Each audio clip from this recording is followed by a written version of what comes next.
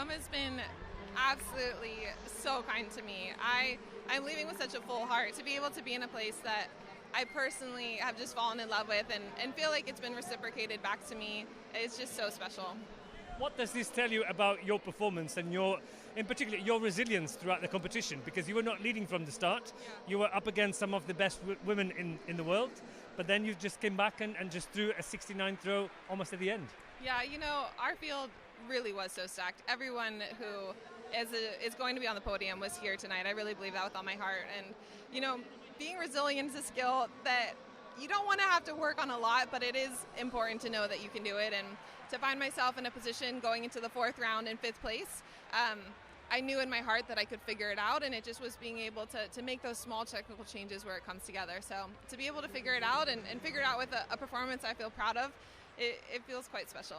You've done this before, so how much do you also enjoy this uncertainty that sport has? It could be anyone's win in the last throw.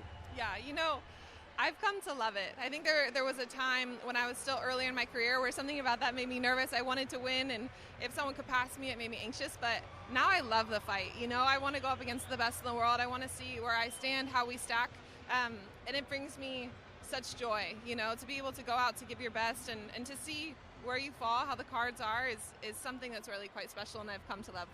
Does it help that you've got nothing to prove anymore? You've won pretty much everything there is to win. So anything that other than to yourself? Yeah, to me, I feel like I still have so much to prove. I think that's honestly maybe my superpower is every competition I feel like it's a new day. You know what I mean? I'm still writing the story. I want to build a legacy, and this year in particular, 2025, with it being World Champions, that is something I've yet to achieve. And I know that all of these meetings is how you slowly build to being able to be at your best, to walk in confidence. So I'm trying to take everyone seriously and hope that it'll continue to give me that momentum coming September. I'm sure Gladiator 3 will come out in Tokyo.